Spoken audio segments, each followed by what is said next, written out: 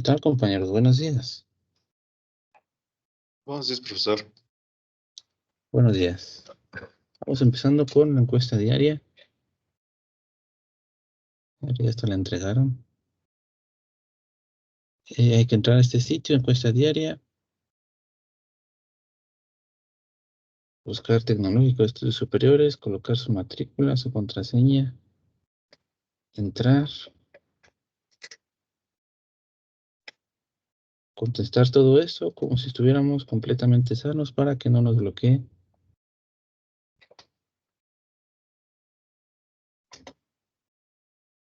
No. Vamos que sí. Y esta ventanita donde aparece su nombre y la fecha, es a lo que le vamos a tomar captura y vamos a estar subiendo, procurando que se vea su nombre y la fecha. Va que va. Aquí no. Cuesta diaria.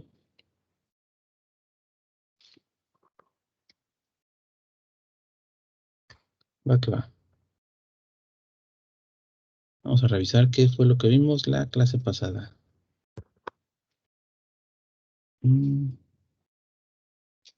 Bloque de notas. Segundo parcial. Sesión 15. Otro ejemplo.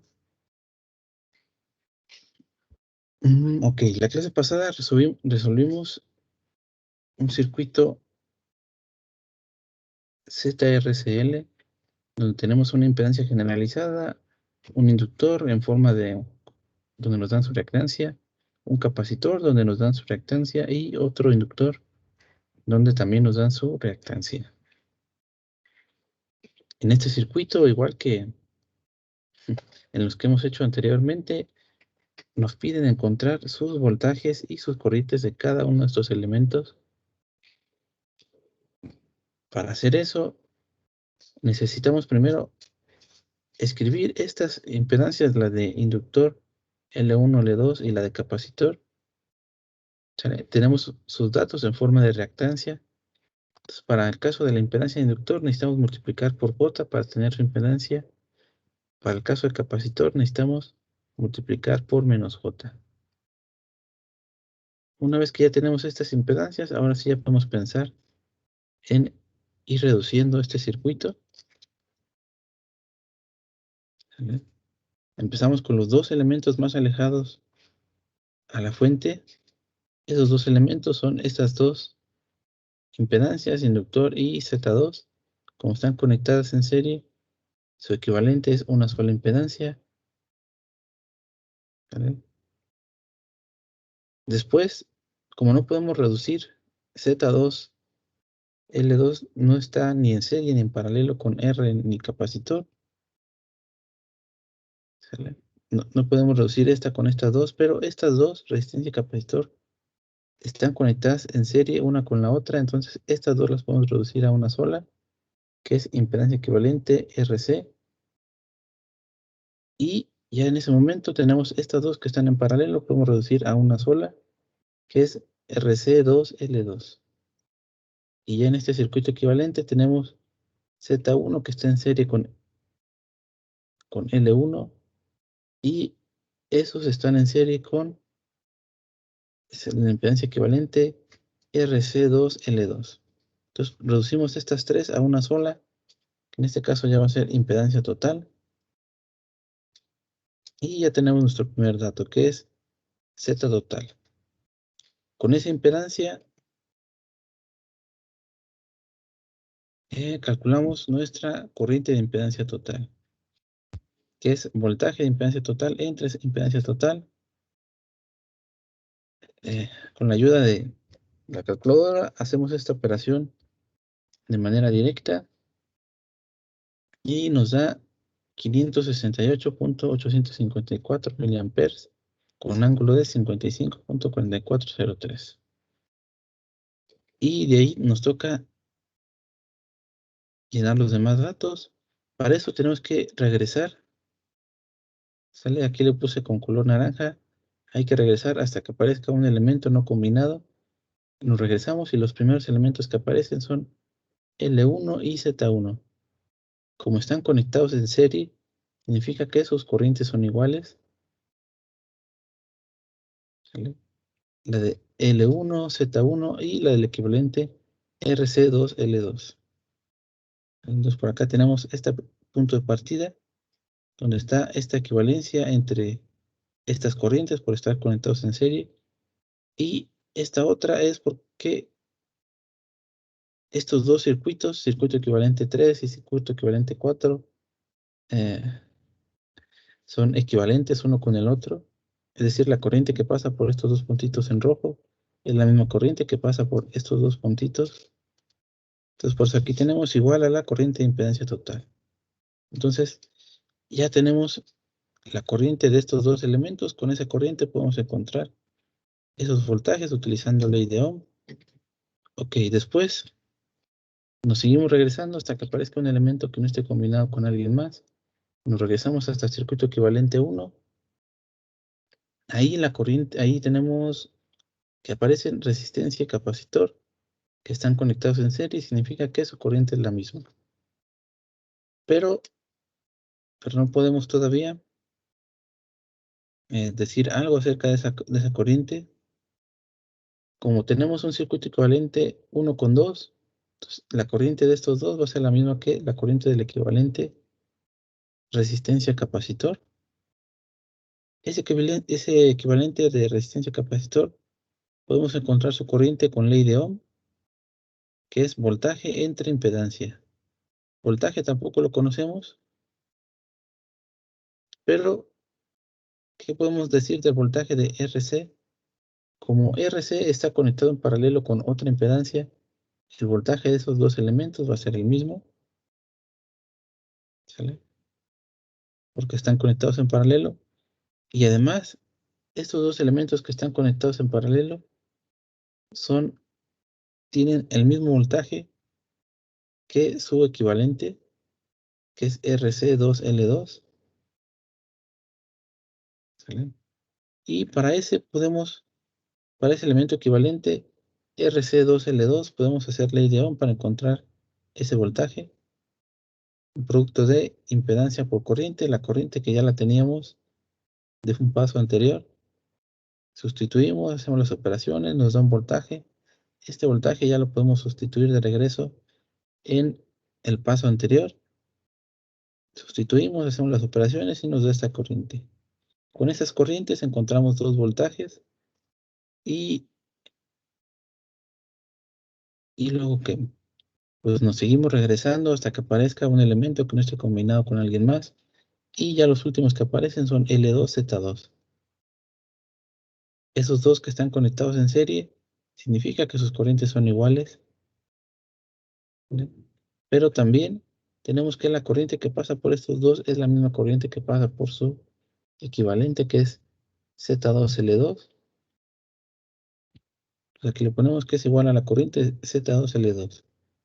Y esta corriente por ley de Ohm va a ser igual voltaje entre impedancia. El voltaje ya lo obtuvimos en un paso anterior. La impedancia también ya la tenemos, entonces solamente hay que sustituir y hacer las operaciones. Encontramos esta corriente. Con esta corriente encontramos los voltajes que nos hacían falta. ¿Sale? Después de que ya llenamos nuestra tablita con voltajes y corrientes, lo que sigue es verificar que esté todo bien. ¿Sale? Si no, si no se cumple alguna de estas, entonces habría que revisar las operaciones en donde pudimos haber hecho una sustitución mal. ¿Sale? Nosotros estuvimos muy cerca de equivocarnos, ¿sale? En la corriente de resistencia capacitor. Muy, muy cerca, pero me di cuenta. Ok, vamos a aplicar ley de voltaje Kirchhoff en la malla 1. Esta que está de color morado del lado izquierdo. Tiene una M1. Vamos a seguir el sentido de las manecillas del reloj. Cuando pasamos por la fuente vamos de menos a más, entonces eso se trata de una subida. Ley de voltaje Kirchhoff me dice que sumatoria de subidas es igual a sumatoria de voltaje. subidas igual a sumatoria de bajadas de voltaje. Entonces, S es una subida, vamos de menos a más. L1 vamos de más a menos, entonces S es una caída. Z1 también vamos de más a menos, es una caída o bajada. R vamos de más a menos, es una caída. Capacitor más a menos es una caída. Sustituimos, hacemos las operaciones del lado derecho para sumar estos voltajes que están en forma polar y nos dan dos resultados lo suficientemente cerca como para pensar que eh, esa pequeña diferencia que tenemos es por cosa de decimales. Entonces decimos que son iguales. Aplicamos ley de voltaje de Kirchhoff en la malla 2. Seguimos otra vez, sentido de las manecillas del reloj. ¿Sale? Siguiendo sentido de las manecillas del reloj, cuando pasamos por capacitor, vamos de más a menos.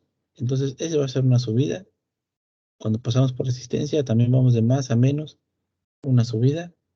Cuando pasamos por L2, vamos de más a menos, una caída. Y cuando pasamos por Z2, más a menos, caída. Sustituimos, hacemos las operaciones del lado izquierdo, hacemos las operaciones del lado derecho y encontramos dos expresiones que están muy, muy cerquitas una de la otra. Igual, decimos que están lo suficientemente cercas para considerarlas iguales. Pues decimos que esta también se cumple. Y tenemos una ley de corriente de Kirchhoff aplicada en este punto, en este nodo. Ahí tenemos una corriente que entra, que es Z1, una corriente que sale, que es la de resistencia, y otra corriente que sale, que es la de L2. Pues ya nomás sustituimos y hacemos las operaciones del lado derecho y otra vez encontramos dos corrientes que están lo suficientemente cerca para considerarlas iguales. Y eso fue todo. ¿Qué va? También eh, publiqué esta actividad 5. Vamos a ver si ya la vieron. Ok. 1, 2, 3, 4, 5. La clase pasada, bueno, terminando la clase pasada les dejé esta actividad para que no se les vaya a pasar. Se vence el 15 de mayo, último día, último día, es el 17, ¿sale? O sea, el lunes, ¿sale? Y en esa actividad tenemos este circuito, ¿sale? Un poquito diferente, pero que si seguimos los mismos pasos o el mismo algoritmo que hemos hecho, que hemos seguido hasta ahorita para resolver circuitos, no deberíamos de tener problemas, ¿sale? Aquí les voy preguntando eh, impedancia total, corriente de impedancia total, corriente de resistencia R1, voltaje de resistencia R1, voltaje de impedancia 1, corriente de impedancia 1, voltaje de impedancia 2, corriente de impedancia 2. Sale, les estoy preguntando todos los voltajes o casi todos los voltajes y corrientes de los elementos en este circuito. Que escriban aquí su ley de voltaje de Kirchhoff. Sale, voltaje de la fuente es igual a voltaje de R1 más voltaje de R2 más voltaje de R3. ¿Vale? Lo que sea que haya sido su ley de voltaje de Kirchhoff. La R, si la pueden poner en mayúscula, mejor. Y si lo pueden poner como su índice, mejor. Y luego la ley de voltaje de Kirchhoff. Luego, aquí en este circuito tenemos 3 nodos, pero solamente les pedí, no es cierto, son 2 nodos. Ley de corriente de Kirchhoff en el nodo 1, ley de corriente de Kirchhoff en el nodo 2. Voy a juntar estas imágenes de estos circuitos porque creo que se ven un poquito chiquitos. Y al final, pues ya les pido que tomen fotos de su procedimiento, conviertan en PDF y lo suban. ¿Sale? También recordarles que la próxima semana, el martes, va a ser el examen de segundo parcial. Convenientemente, actividad 5 se cierra el lunes 15 para que por lo menos hayan practicado con esa actividad y al día siguiente ya estén listos para hacer el examen en 2 horas. ¿Qué vamos a hablar el día de hoy? Bueno, aquí los ajustes le puse que era, vamos a hablar de semiconductores. ¿Sale? Ya por fin vamos a hablar de otra cosa. ¿Sale? ¿Saben ustedes qué es lo que hace a un material conductor, un buen conductor, un conductor de electricidad? Quiero decir, por lo general, casi todos los metales son buenos conductores de electricidad. ¿Sale? Si es metal, si es un material metálico, es muy probable que sea conductor de electricidad. Pero, por ejemplo, entre el fierro común y corriente, y el cobre, ¿cuál de esos dos es el que se utiliza más comúnmente como un conductor? ¿El cobre? Así es, compañero, el cobre. ¿Sale? El fierro y el cobre se encuentran en el mismo renglón. Tenemos características casi muy similares, pero hay algo eh, que le da la ventaja al cobre con respecto al fierro. ¿Sale? Aquí tenemos unos numeritos, 2, 8, 14, 2. Esos numeritos son los electrones que tiene en cada una de las órbitas el átomo de fierro. Vamos a ver si nos manda, si nos muestra, no nos muestra. Bueno, cada uno de los niveles energéticos del fierro, y el numerito que nos interesa más es este número 2. Significa que tiene 2 electrones en su órbita más alejada en el modelo atómico de Born. En el cobre sí nos enseñan su modelo atómico.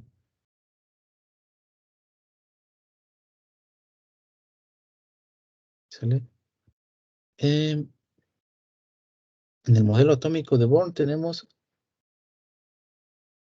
cada uno de estos átomos concentran en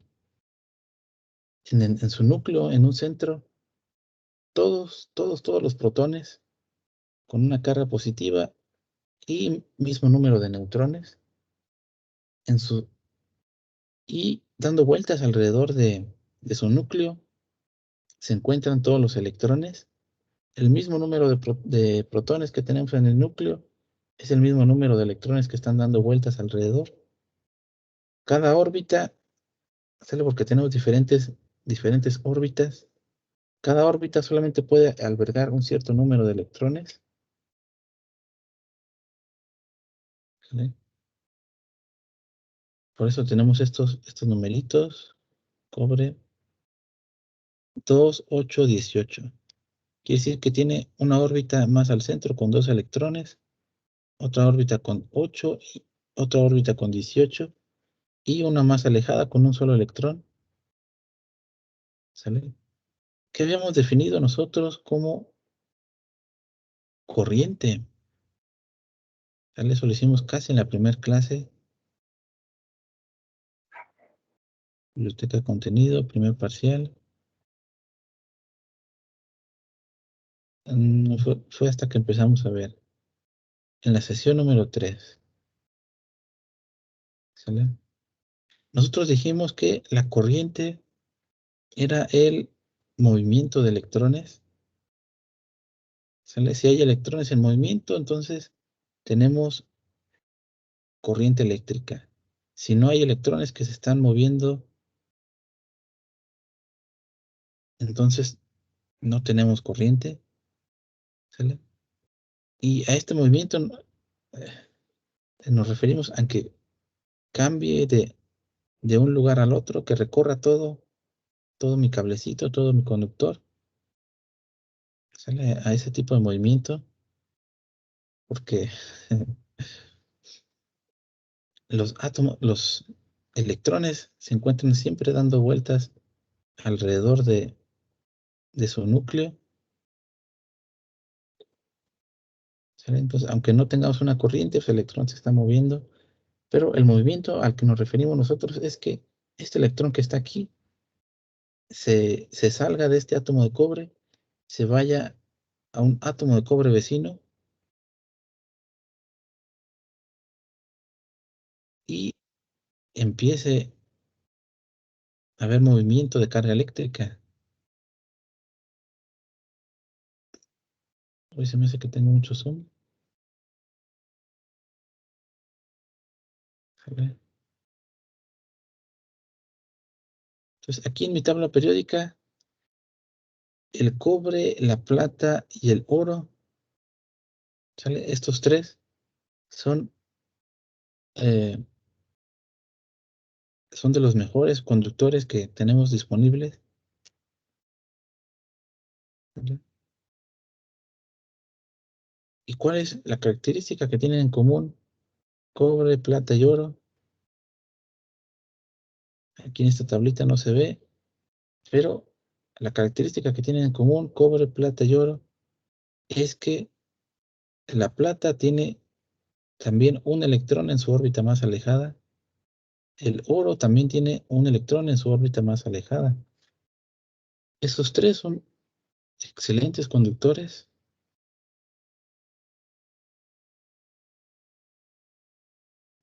porque tenemos un electrón en su órbita más alejada. Un uno y un uno. ¿Por qué son excelentes conductores? Porque el tener un electrón en su órbita más alejada los hace excelentes conductores. ¿Vale? Porque para que este electrón se mueva de aquí, necesitamos ejercer alguna clase de energía, darle energía a este átomo. Y la forma en la que normalmente hacemos eso es conectando una fuente de alimentación. En el momento que conectamos una fuente de alimentación en un cablecito conductor de cobre, ¿sale? ¿Qué es lo que va a pasar? Mm, mm, mm, mm.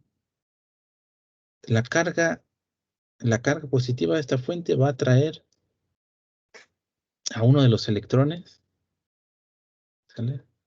Este que está ahí lo voy a quitar de momento. Por ejemplo, este electrón que está aquí, más cerca de la fuente, se va a ver atraído por la carga positiva y se va a mover. Este electrón que estaba acá, al sentir que aquí falta un electrón y además de sentir la atracción de la carga positiva, pues se va a querer mover. Este otro también se va a querer mover. Este otro siente la atracción y aparte aquí hay un hueco, entonces se quiere mover. Este también siente la atracción y siente un hueco, se quiere mover. Este también siente la atracción, hay un hueco, se mueve. Estos de aquí abajo, ¿sale? Sienten la repulsión de la carga negativa, ¿sale? Entonces, la carga negativa los está empujando hacia acá y aparte además sienten aquí los espacios libres. Estos electrones se van a querer mover para ocupar esos espacios libres. Entonces, al movimiento de estos electrones de un lado para otro, de un átomo de cobre al vecino, ese movimiento es a lo que nosotros llamamos corriente, ¿sale? Y estos que tienen solamente, estos átomos que tienen solamente un electrón en su órbita más alejada, necesitan menos energía a una menor provocación para que estos empiecen a mover sus electrones. Átomos, por ejemplo, el de fierro que tenía dos electrones en su órbita más alejada, necesita un poquito más de energía para que los dos electrones se empiecen a mover. ¿Sale?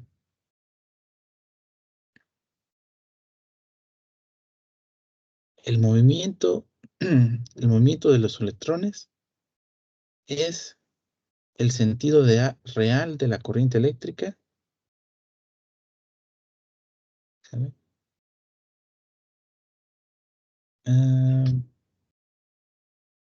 pero nosotros siempre hemos considerado que lo hemos trabajado más con el sentido convencional de la corriente. Otra vez, cuando este electrón que está siendo traído por la fuente se mueve, en ese momento tenemos una carga positiva aquí, ¿sale? Que está en el núcleo, porque tenemos más protones que electrones. Entonces, por un momento tiene carga positiva. Cuando este electrón se mueve hacia acá, ¿sale? La carga positiva ahora va a estar en este otro electrón, en este otro átomo. Cuando este electrón se mueva, esta carga positiva ahora se va a encontrar acá. Cuando este electrón se mueva, la carga positiva ahora la vamos a tener por acá. Y así, cuando este electrón se mueva, la carga positiva va a estar por acá. Cuando este electrón se mueva, la carga positiva va a estar por acá. Es decir, podemos suponer que hay un movimiento, ¿sale? De vacíos de electrón o electrón hueco, ¿sale? Que se mueve en sentido contrario al movimiento de los electrones.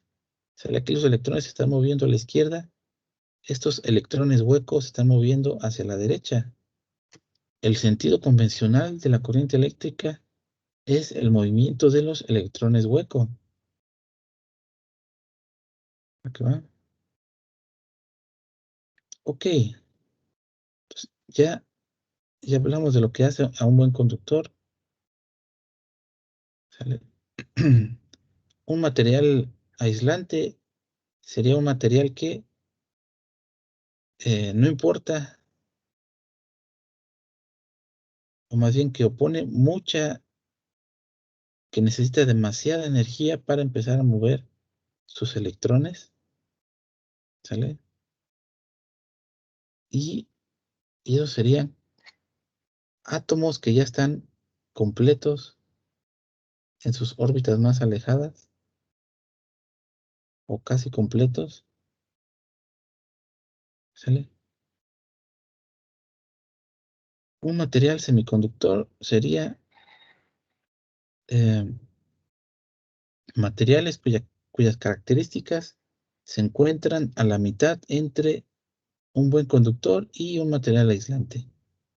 Es decir, que a veces conducen electricidad, a veces no la conducen, va a depender de ciertas condiciones, pero de todos los materiales, de todos los átomos que encontramos en nuestra tabla periódica, los favoritos son el átomo de germanio, silicio y una combinación de arsénico y galio.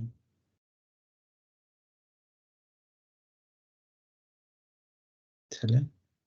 Silicio y germanio, ambos tienen características en común. Aquí se encuentra silicio, por acá está germanio. Los dos están en la misma columna y como estamos en la misma columna tenemos características similares. Por ejemplo, el silicio tenemos 4 electrones en su órbita más alejada.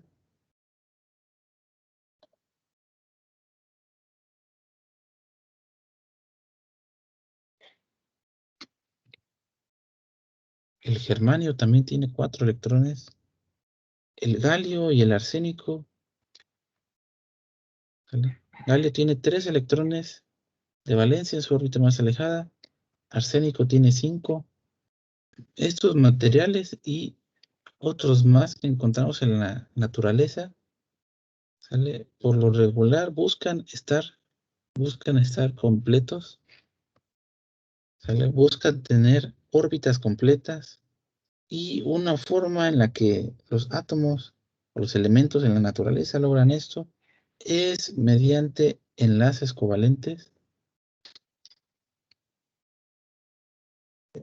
Un enlace covalente es donde varios átomos que son vecinos empiezan a compartir sus electrones para que por un momento estén completos, ¿sale? Entonces, por ejemplo, si tomamos como referencia a este átomo de silicio que está al centro,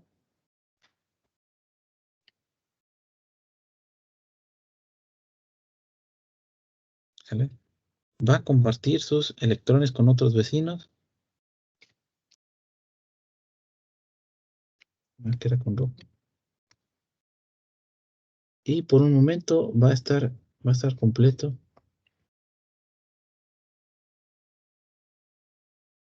¿sale?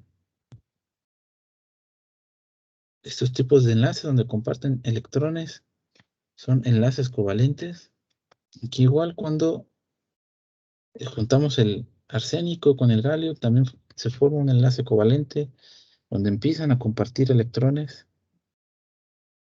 ¿sale? Para completarse. Ok,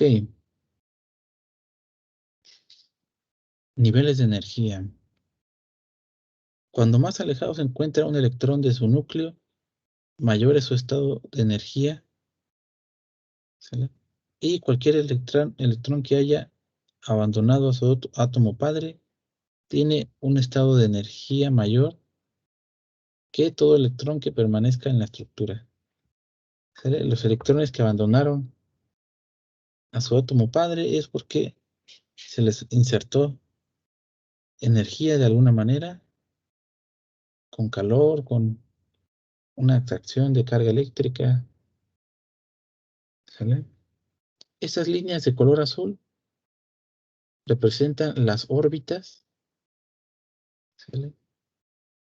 Y lo que hace que los electrones se mantengan en esas órbitas, ¿sale? Son los niveles de energía, ¿sale? Por eso tenemos números fijos de electrones en ciertas órbitas. Y aquí tenemos a eh, material aislante, material semiconductor y material conductor. Esta línea de color azul que dice banda de conducción, ¿sale? Es el lugar donde debería estar ubicada mi banda de valencia, es decir, la órbita de mi electrón, ¿sale? Para permitir la conducción de electricidad, ¿sale? En el caso de los aislantes, la banda de valencia, ¿sale? Las órbitas que están siguiendo los electrones se encuentran muy lejos, ¿vale? Están separadas por una brecha de energía bastante grande que, eso no lo quería hacer, que no permite la conducción, ¿sale? ¿Cuánto es esta energía? 5 electrones volt, ¿vale? Los semiconductores se encuentran un poquito más cerca de la banda de conducción, ¿sale? Se encuentran a una distancia menor a 5 electrones volt. Entonces, con tantita energía que se les dé, ya tocan, tocan la banda de conducción. Mientras que materiales conductores, ¿sale? Esos nomás necesitan que les hagas cosquillas para que empiecen a, para que toquen la banda de conducción, ¿sale? Están sobrepuestas una con la otra. Entonces, como no necesitan de mucho para empezar a conducir electricidad, es que se consideran materiales conductores. ¿Ok va? Eh, ok, materiales extrínsecos. Antes de avanzar un poquito, compañeros, hicieron la práctica 2, tienen lista su simulación. ¿Sale? La práctica 2 vence mañana, se cierra el 16, se cierra el domingo, pero igual parte de la calificación de la práctica, de su reporte práctica, es que compartan pantalla de que hicieron su simulación. ¿Sale? Esta práctica la expliqué el viernes. ¿Sale? Bueno, lo dejé grabado y ese video lo subí también a YouTube. Como nada más tengo una visualización, supongo que no lo han visto. ¿Sale? Y por lo mismo también quiero pensar que tal vez no han hecho la práctica. No, no la vayan a dejar pasar, compañera. ¿Sale? Porque la calificación de práctica es parte importante de su evaluación. Ok, continuamos en lo que me dicen. Ok, materiales extrínsecos del tipo N y de tipo P.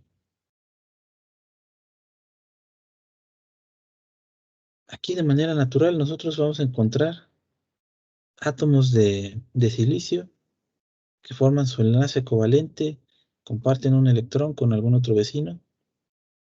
¿Sale? ¿A qué nos referimos con material extrínseco de tipo N y tipo P? Estos son el resultado de someter a un proceso de dopado a material, al-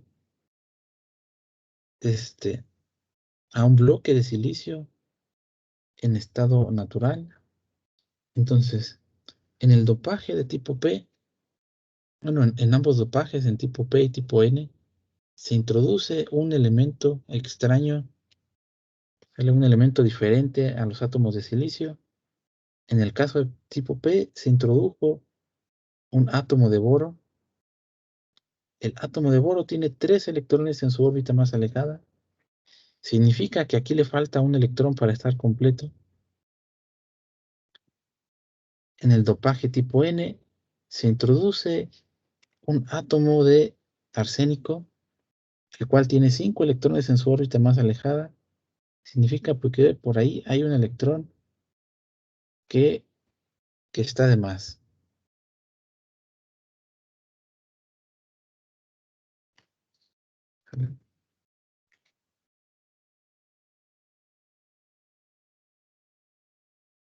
Me sobra un electrón.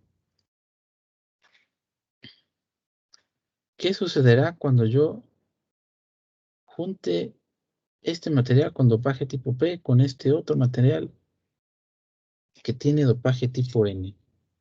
Originalmente estos átomos estaban por acá. Hecho por acá. Juntamos un material, un bloque de silicio que tiene dopaje tipo P con otro bloque de silicio que tiene dopaje tipo N.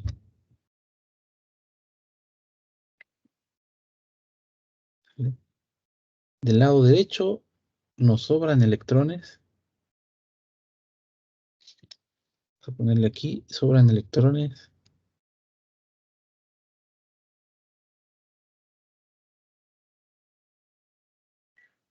Del lado izquierdo faltan electrones. Entonces, ¿qué pasa? Que se junta la necesidad con las ganas de dar electrones.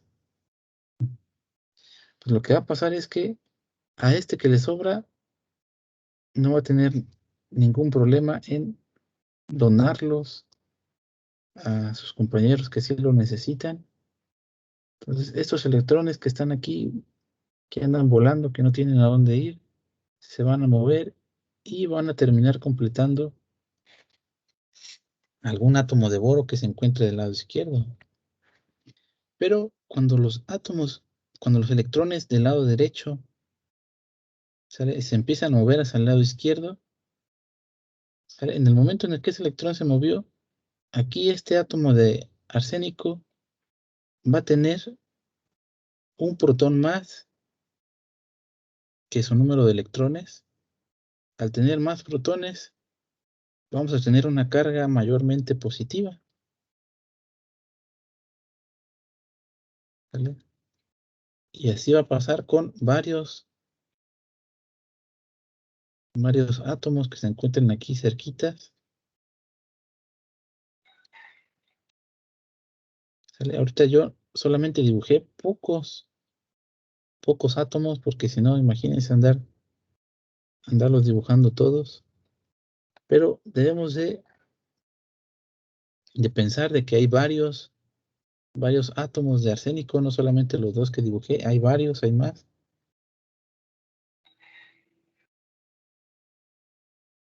ubicados en todo este rectángulo.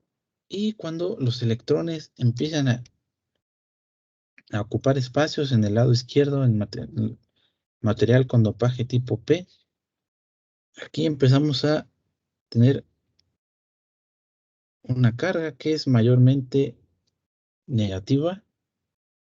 ¿Sale? Tenemos más electrones que protones. Entonces vamos a tener ahí cargas negativas que se van a estar acumulando en la frontera. Ay, es menos.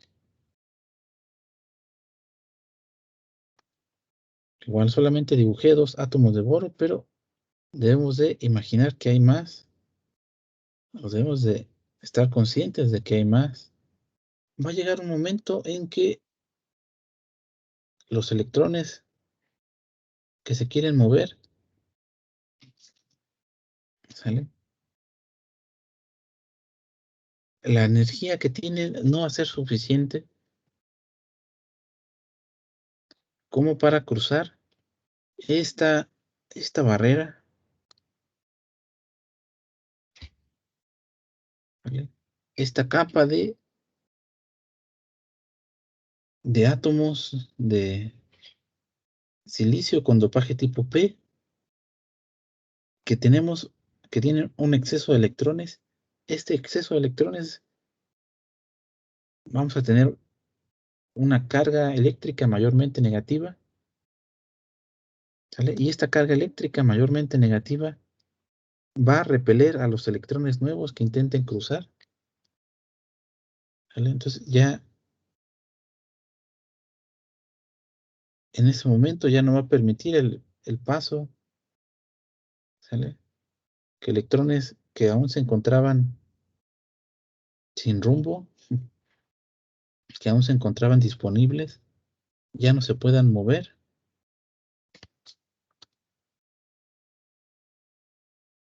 ¿sale? A esta, barrera que se forma aquí, justo donde se une el material tipo P con material tipo N, ¿sale? Se le dice barrera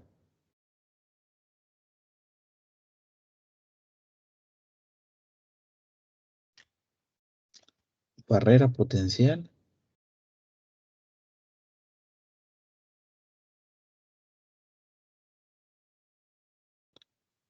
o región de agotamiento, ¿sale? ¿Quién no lo deja pasar? La barrera potencial, ¿sale? Entonces, si ya no tenemos movimiento de electrones, entonces tampoco tenemos corriente eléctrica. ¿Qué pasa cuando nosotros conectamos una fuente de alimentación? Por ejemplo, de esta manera, ¿sale? Mi fuente de alimentación que tiene una carga eléctrica, un terminal positivo y un terminal negativo. Pues esa carga positiva se va a proyectar por todo este cablecito hasta que llegue aquí al terminal de mi dispositivo desconocido. Y aquí vamos a tener una carga positiva, ¿sale? ¿Qué va a pasar con los electrones que andaban por aquí sin rumbo? Se van a ver atraídos por esta carga positiva.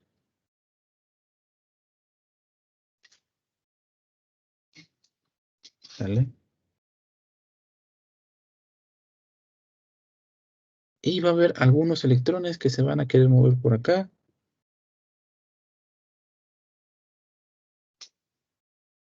¿Sale?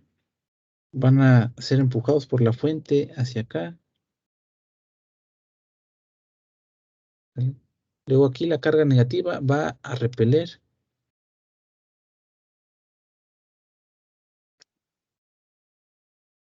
Va a repeler algunos electrones. ¿Y qué es lo que va a pasar? Que esta barrera potencial se va a hacer más gordita, se va a hacer más grande, se va a engrosar.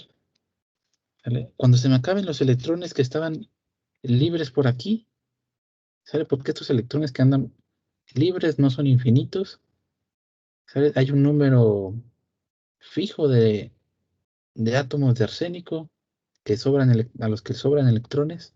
Entonces, en algún momento se nos van a acabar. Hay que quitarle esto de ya no lo dejan pasar. ¿Qué va a pasar cuando esos electrones se nos acaben? Cuando se acaben los electrones libres del material extrínseco tipo N, en ese momento deja de haber movimiento de electrones.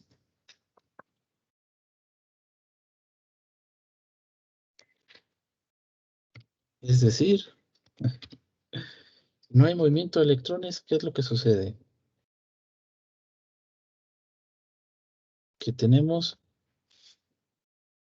corriente igual a cero.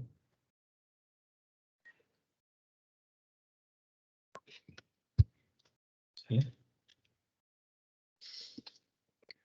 Y si no tenemos movimiento de electrones,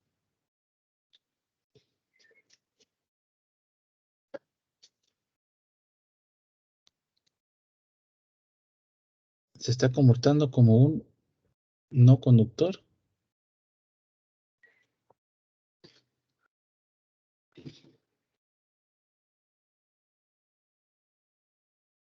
¿Sale? No está conduciendo la electricidad. ¿Qué pasa si conectamos esta fuente al revés?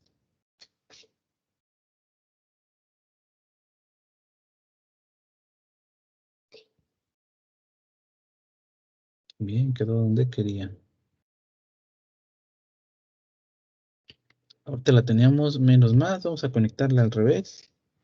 Pues aquí vamos a tener una carga positiva, por acá una carga negativa.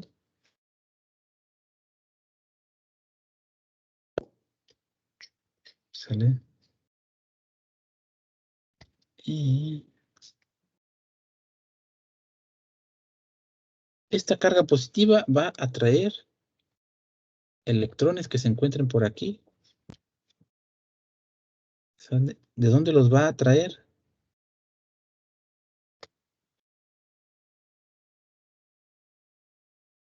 ¿Sale? Puede ser que se robe algunos electrones de esta barrera. Del lado, del lado derecho tenemos una carga negativa. Esta carga negativa va a empujar los electrones que andan por ahí. Hay que quitarle, ya no los dejan pasar.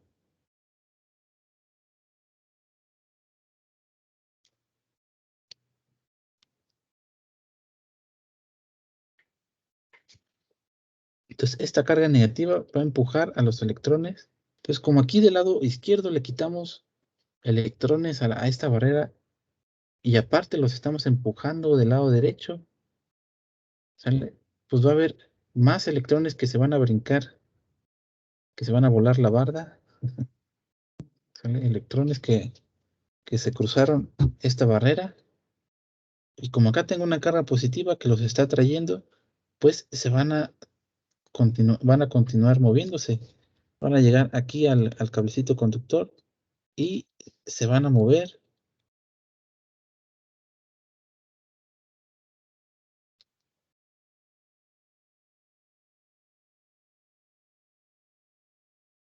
¿Sale? Van a llegar aquí a este terminal y pues volvemos a empezar. ¿Sale? Vamos a tener un flujo continuo de electrones.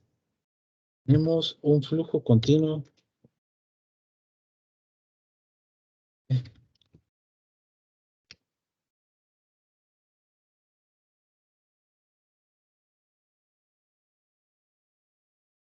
Continuo de electrones.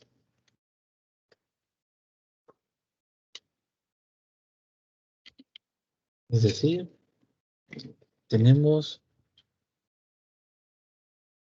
una corriente que es diferente de cero. Por lo tanto, estamos conduciendo electricidad.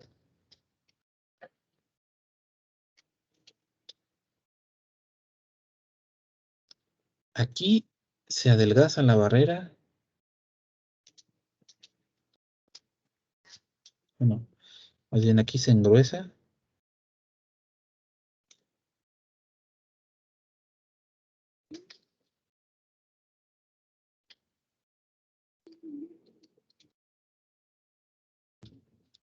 Y por acá se adelgaza. Es decir, si conecto la fuente de alimentación de una manera, el mismo material, ¿sale? No lo cambié de lugar, no le hice alguna cosa diferente. El mismo material, el mismo dispositivo, cuando está conectado con esta fuente de alimentación de esta manera, no conduce la electricidad. El mismo material, cuando conectamos la fuente de alimentación al revés, ya de repente se vuelve un conductor de electricidad. ¿Sale? Esta propiedad era justamente algo que estábamos buscando. ¿Sale? Un material que fuera semiconductor. A veces conduce, a veces no conduce. ¿De qué va a depender el que conduzca o no conduzca la electricidad? Va a depender de la polarización de la fuente. ¿Sale?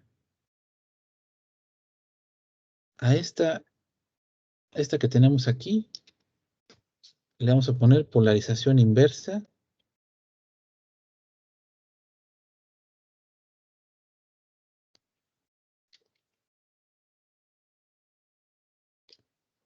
¿Sale? ¿Por qué? Porque la fuente está acomodada al revés y cuando estamos en una polarización inversa no estamos conduciendo electricidad.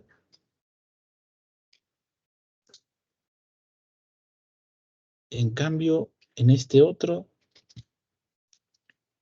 esta es una polarización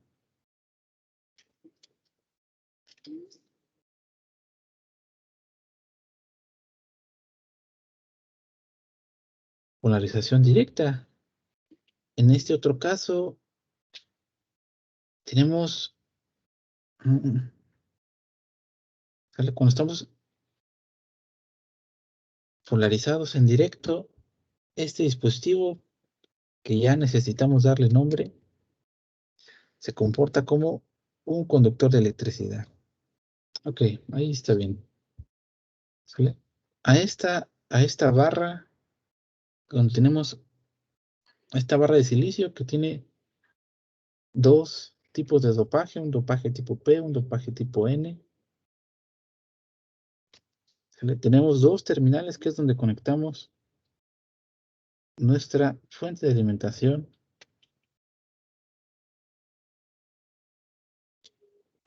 ¿Sale? Le vamos a dar el siguiente símbolo, una especie de flechita con una rayita, bueno, un triangulito con una rayita, pero ese triangulito con una rayita lo podemos visualizar como si fuera una flecha. ¿Sale? ¿Por qué será que tiene una flecha? ¿Sale? Aquí nosotros tenemos un movimiento o un flujo de corriente convencional,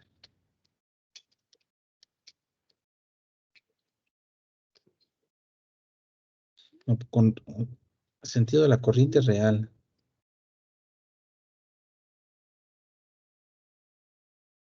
¿Sale? Pero nos interesa cómo va el sentido de la corriente convencional.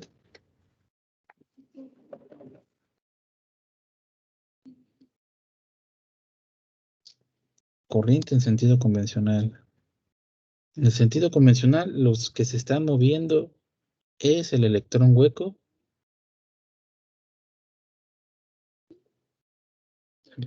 Sale de terminal positivo y regresa por el negativo. Todo el análisis que hemos hecho hasta ahorita en el movimiento de la corriente, ¿sale? Hemos asumido que se mueve en el sentido convencional, ¿sale? A pesar de que sabemos que el sentido real es al revés.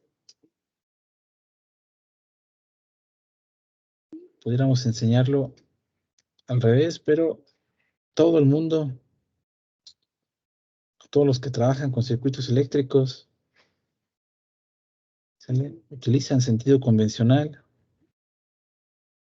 Es muy complicado cambiar viejas mañas, sobre todo en todo el mundo, y ponernos de acuerdo.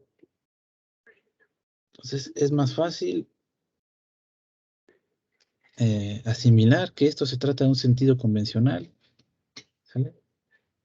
¿Y qué ventajas tiene? Bueno, el símbolo de mi diodo está hecho de tal manera que cuando la corriente en sentido convencional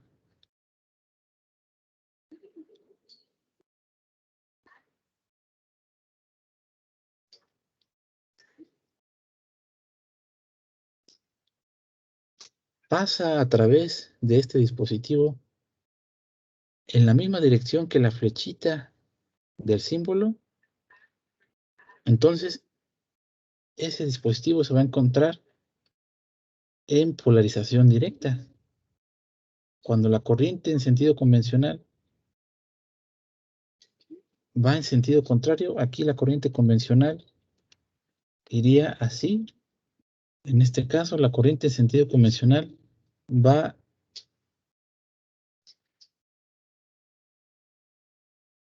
de derecha a izquierda, pero el simbolito de este dispositivo sigue siendo una flechita que apunta hacia la derecha.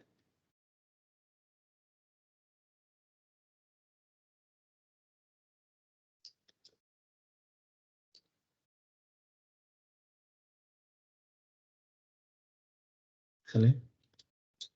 La corriente en sentido convencional va de derecha a izquierda. El simbolito de este dispositivo va de izquierda a derecha, van sentidos contrarios. Entonces aquí tenemos una polarización inversa.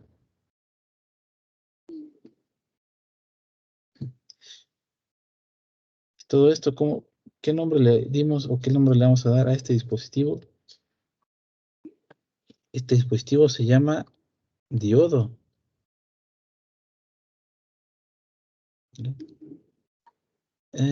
Tenemos aquí dos patitas que tienen sus respectivos nombres. Este de aquí es cátodo y esta patita de acá se llama ánodo. Cuando el sentido de la corriente convencional coincide con la flecha del símbolo del diodo, este se encuentra polarizado en directa, es decir, conduce electricidad. Caso contrario, cuando la corriente no coincide con la flecha del diodo, entonces se encuentra polarizado en inversa y este no va a conducir electricidad. Esta gráfica que estamos viendo es la recta de carga del diodo. ¿Sale? Si nosotros ahí vamos, ¿sale? Partimos de una polarización inversa, es decir, donde le estamos aplicando un voltaje negativo a este diodo, ¿sale? Y ese voltaje que empieza negativo lo vamos subiendo, llegamos a cero, luego le empezamos a aplicar voltaje positivo, positivo, positivo, y lo vamos aumentando, Al mismo tiempo que estamos aplicando este voltaje, estamos midiendo la corriente, ¿vale? Es decir, imaginémonos que tenemos algo así, una fuente de alimentación, aquí un amperímetro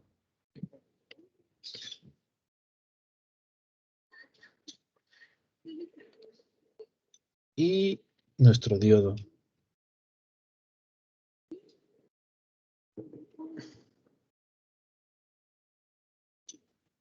¿Vale? Esta fuente también es una fuente variable. Empezamos con un voltaje negativo, lo vamos subiendo hasta que llegamos a cero, luego lo cambiamos por uno negativo. A cada valor de voltaje que le estamos metiendo en la entrada, le estamos haciendo una medición de corriente. Esa medición de corriente los estamos anotando en una tablita.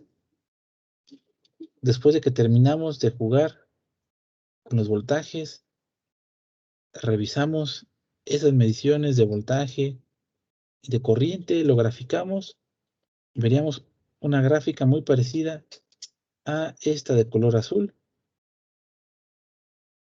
¿vale? Que es el comportamiento real de un diodo. Esta gráfica corresponde a un diodo de silicio, ¿sale? Y tenemos una ecuación, no sé si está muy grande, un pelín.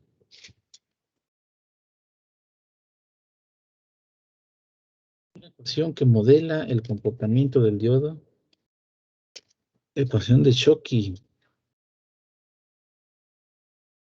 en la cual podemos modelar la corriente de diodo como una... Ah, ok. No me conviene ponerlo aquí.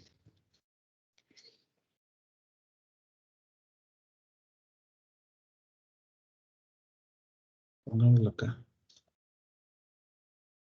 Ecuación de Schottky, corriente de diodo que multiplica a un exponencial voltaje de diodo entre N por Bt menos 1 y esto en amperes. ¿Sale? Donde y su índice S es la corriente de saturación inversa. A pesar de que yo dije hace un momento que el diodo cuando está conectado en inversa no deja pasar electrones, hay una pequeñita cantidad de electrones que sí se alcanzan a cruzar esta barrera, que se alcanzan a fugar, pero es tan pequeña que nosotros lo consideramos como que no hay flujo. Aquí en la gráfica vamos a ver qué tan pequeña es.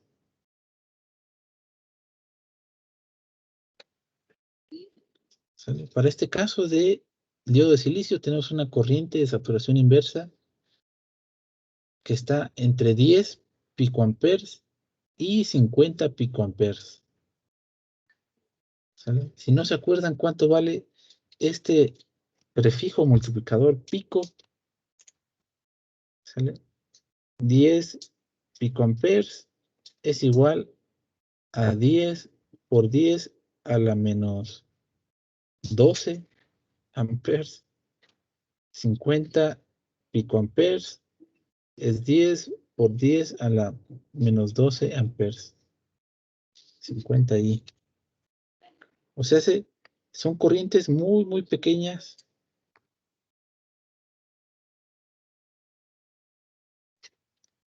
Normalmente trabajamos con las corrientes más chiquitas que trabajamos son de miliamperes por 10 a la menos 3 y esta tiene 9 ceros más. ¿Sale? O sea, son corrientes muy pequeñas tan pequeñas que las vamos a considerar como que es igual a 0. Pero para la ecuación de Schottky hay que considerar ese valor. ¿Sale? Esta corriente de saturación inversa es este dato de aquí.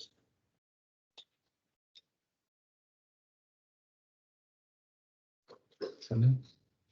¿Qué más tenemos? BD. B subíndice D se trata de el voltaje del diodo aplicado a través del diodo.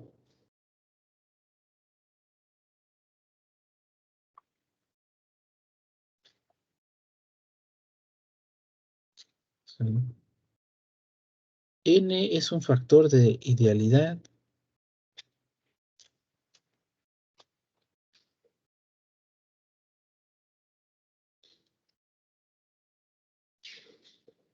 que está entre 1 y 2.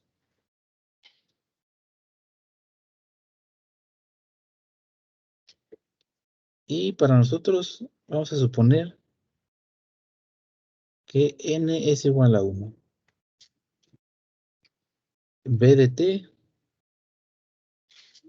voltaje térmico, dado por la siguiente ecuación.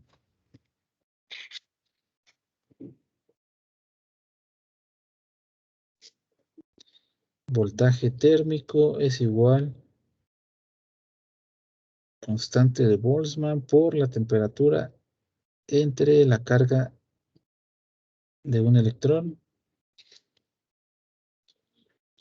Y eso nos da, más bien, las unidades de esto es en volts, donde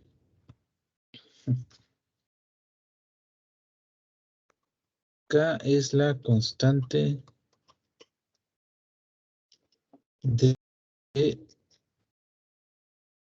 Boltzmann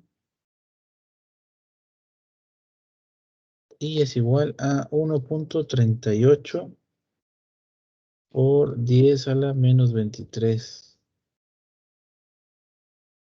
Joule entre Kelvin. T es la temperatura.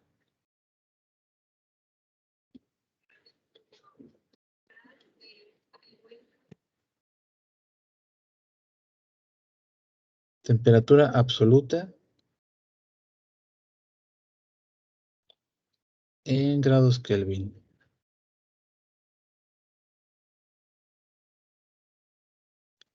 Y Q es la magnitud.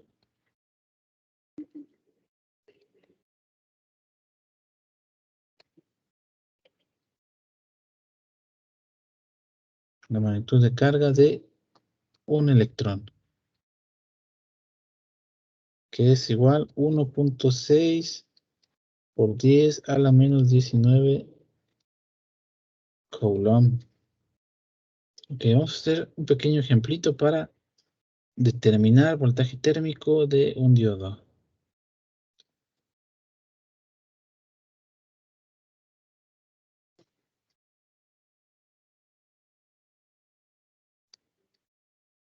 Ejemplo, a una temperatura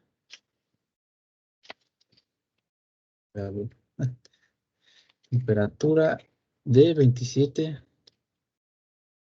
grados centígrados,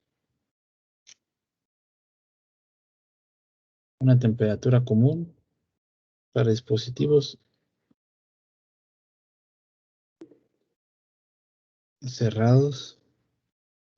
Determine el voltaje térmico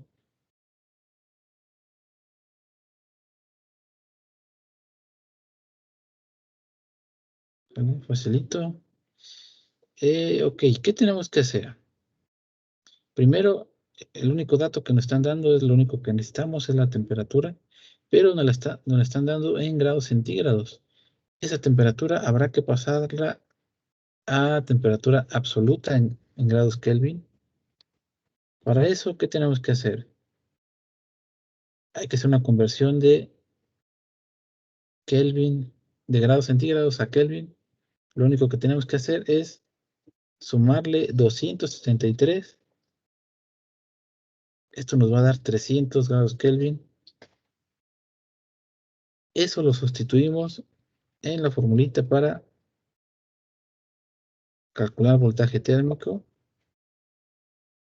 1.38 por 10 a la menos 23.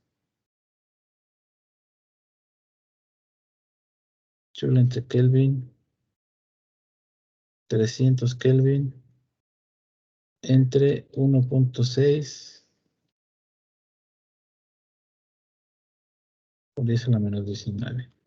Metemos todo eso a la calculadora y nos va a dar un dato de 25.875 milivolts, que vamos a redondear a 26 milivolts. Entonces, vamos a dejarlo por aquí, compañeros. Lo que sigue es ver cómo vamos a resolver circuitos donde aparezca un diodo. ¿Sale? De momento, con lo que sabemos hasta ahorita, habría que trabajar con esta ecuación de Schottky, pero eso es algo que no queremos hacer. Entonces vamos a ver una alternativa para resolver circuitos donde aparezca un diodo. Va que va. Espero que mañana me compartan simulación de la práctica 2. ¿Sale? Nos vemos, compañeros. Cuídense.